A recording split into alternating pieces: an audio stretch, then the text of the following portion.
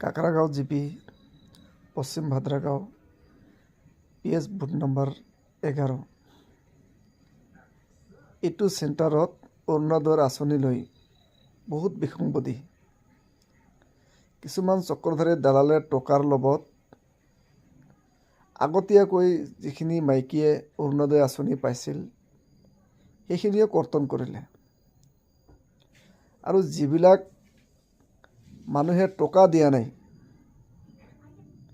তেওঁলোকৰ নামটো কৰ্তন কৰিলে। মই ভাবোঁ এইবোৰ কৰি কি লাভ পাল?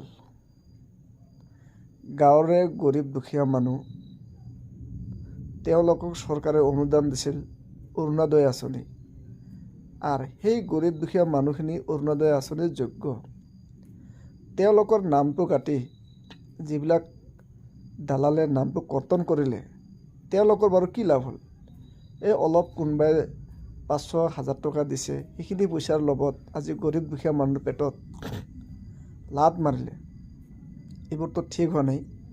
গতিকে মই চৰকাৰক আশা কৰোঁ আৰু এই ভিডিঅ'ৰ জৰিয়তে মই চৰকাৰক জনাব পাই সুখী হ'ম যে সেইবিলাক দালালৰ চৰকাৰে যেন নাকি লগায়। বিশেষ কৰি আমাৰ কাকৰাগাঁও জিপি পশ্চিম ভাদ্ৰাগাঁও 11 বুথ নম্বৰ PS নং 11 এই জিপিটোত এই বুথটোত বহুত কেলেংকাৰী মই দেখা পাই আছোঁ। মিনিমাম আমাৰ পশ্চিম ভাদ্ৰাগাঁও এৰিয়াত প্ৰায় 200 মানুহৰ লগত এনেকুৱা ঘটনা হৈছে। গতিকে চৰকাৰক মই অনুৰোধ কৰিম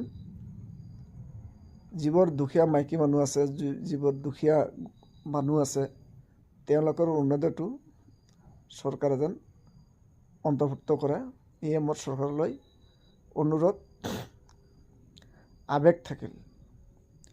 গতিকে আপোনালোকে পাৰিলে ভিডিঅ'টো বেছি শ্বেয়াৰ কৰি দিব আৰু এই ভিডিঅ'টো আমাৰ অসমৰ মাননীয় মুখ্যমন্ত্ৰী হিমন্ত বিশ্ব শৰ্মাৰ লৈ যেন যাই পায়। এয়ে মোৰ সমূহ বন্ধু বান্ধৱীলৈ মোৰ অনুৰোধ থাকিল। ধন্যবাদ।